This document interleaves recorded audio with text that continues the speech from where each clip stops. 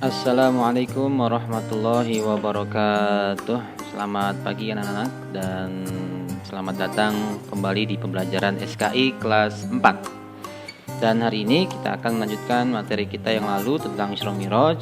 Dan insya Allah hari ini materi dari SKI akan kita pelajari yaitu tentang kejadian-kejadian selama peristiwa Isra Mi'raj yang dialami oleh Rasulullah Shallallahu Alaihi Wasallam.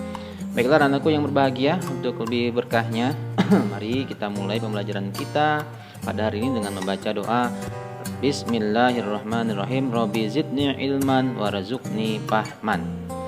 Baik anak-anakku yang berbahagia, kita mulai saja untuk materi kita hari ini tentang kejadian-kejadian selama Isra dan Mi'raj. Dan hari ini Bapak hanya memberikan 3 saja ya, 3 kejadian saja untuk materi hari ini.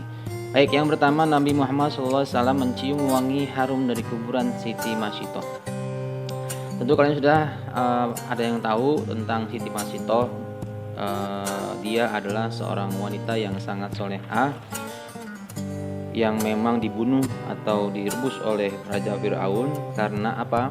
Karena mempertahankan daripada keimanannya kepada Allah Subhanahu wa Ta'ala, sehingga keluarga daripada Siti Masitoh termasuk anaknya dan suaminya semuanya direbus, dicemplungkan di dalam air yang mendidihnya sangat luar biasa, sehingga makam daripada Siti Masitoh ketika Rasulullah berjalan dalam peristiwa Isra Mi'raj itu wanginya sampai kecium sampai di langit. Ya, inilah tanda-tanda orang yang sangat solehah, tanda-tanda orang yang sangat dicintai oleh Allah Subhanahu wa Ta'ala. Sehingga ketika Rasulullah berjalan ya, melakukan perjalanan Isra dan Mi'raj, mencium wangi yang sangat harum dari sebuah kuburan. Ketika ditanya kepada malaikat Jibril, siapakah itu malaikat Jibril? Itu adalah kuburan daripada Siti Masitoh dan keluarganya.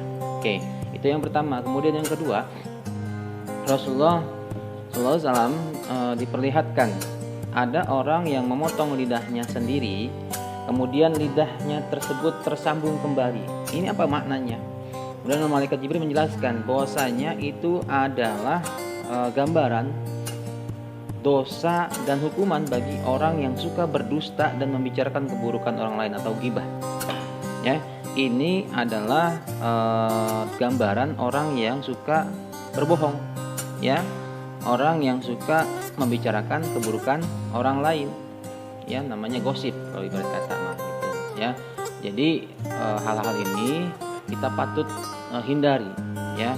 Kalian sebagai siswa jangan sampai dibiasakan dari sejak dini kalian sudah berbohong, kemudian kalian ngomongin orang, ngejelek-jelekin orang. Nah, ini nanti di hari kiamat atau di neraka orang-orang seperti ini ya, nanti di neraka itu akan dipotong lidahnya oleh dirinya sendiri, kemudian disambungkan kembali oleh Allah Subhanahu wa Ta'ala. Terus menerus berulang-ulang kali sampai dosa yang ia punya itu habis ya. Itu sudah tidak ada lagi dosa dia membicarakan orang lain, atau dosa dia itu berbohong kepada orang tuanya, kepada temannya, kepada gurunya.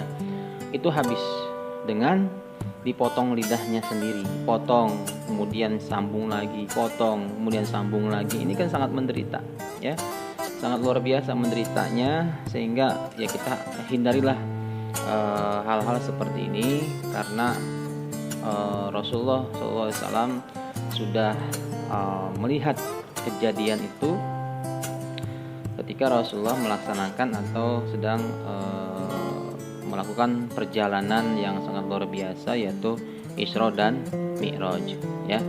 Jadi kalian sebagai generasi penerus hindari sifat-sifat tercela seperti itu, yaitu berbohong dan membicarakan orang lain. Baik, yang ketiga adalah Rasulullah SAW menyaksikan orang yang tak henti-hentinya menuai hasil tanamannya. Nah, ini adalah gambaran, kata malaikat Jibril, ini adalah gambaran bagi orang yang berjuang membela agamanya Allah Subhanahu wa Ta'ala. Ya, Siapa saja? Banyak diantaranya kita nih, kalian sebagai siswa yang memang belajar menuntut ilmu, ngaji di rumah maupun sekolah ya, berangkat ke sekolah itu termasuk adalah membela agama Allah dan akan diberikan pahala berlipat ganda sebanyak 700 kali lipat ya.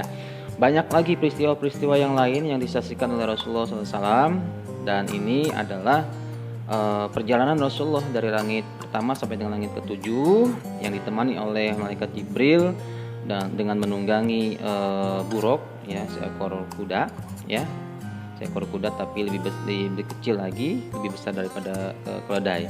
Nah ini Rasulullah SAW melaksanakan perjalanan ini untuk apa? Untuk menerima perintah sholat 5 waktu ya, menerima perintah sholat 5 waktu dari Allah Subhanahu Wa Taala. Perjalanannya itu sangat luar biasa ya, banyak rintangan ya, dan banyak peristiwa-peristiwa yang Rasulullah alami selama perjalanan dari mulai langit ketujuh dari mulai langit pertama sampai dengan langit yang ketujuh.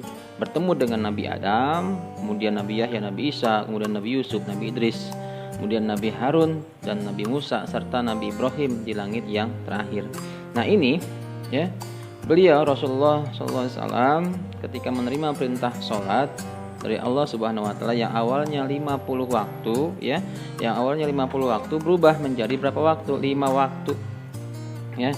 Kenapa bisa berubah? Karena beliau Rasulullah itu ketika turun bertemu dengan Nabi Musa, dan Nabi Musa pun memberikan satu saran agar dikurangi lagi yang jumlahnya 50 menjadi 25, kemudian yang dari 25 menjadi 10, kemudian menciut lagi menjadi 5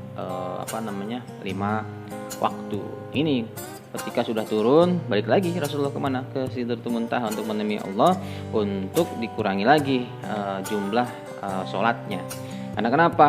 Kata Nabi Musa, apakah mampu umatmu wahai Muhammad melaksanakan sholat 50 waktu, sholat 25 waktu, sholat 10 waktu? Akhirnya apa? Dikurangi dengan kebijakan Allah, akhirnya menjadi 5 waktu. Oke, tadi yang Bapak katakan keringanan sholat 50 waktu itu karena pertimbangan atau saran daripada siapa? Saran daripada Nabi Musa alaihi salam, yang memang umatnya Nabi Muhammad 50 waktu, 25, 10 itu kemungkinan agak berat. Yang 5 waktu aja udah jarang-jarang sholatnya, iya enggak? Ya, apalagi yang 50 waktu, luar biasa, enggak ada waktu nanti kita untuk bekerja dan sebagainya.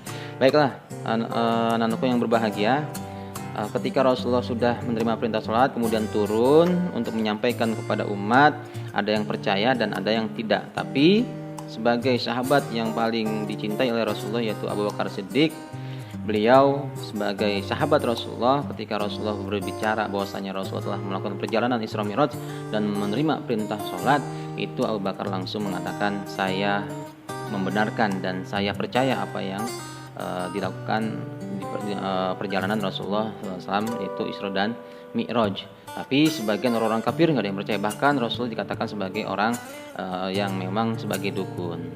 Baiklah anak-anakku yang berbahagia, itu saja materi kita pada hari ini, dan mudah-mudahan bermanfaat untuk kalian semuanya. Kalian bisa baca-baca juga di buku kalian untuk pembelajaran kita pada hari ini.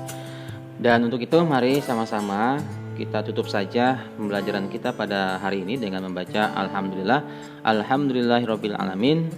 Assalamualaikum warahmatullahi wabarakatuh.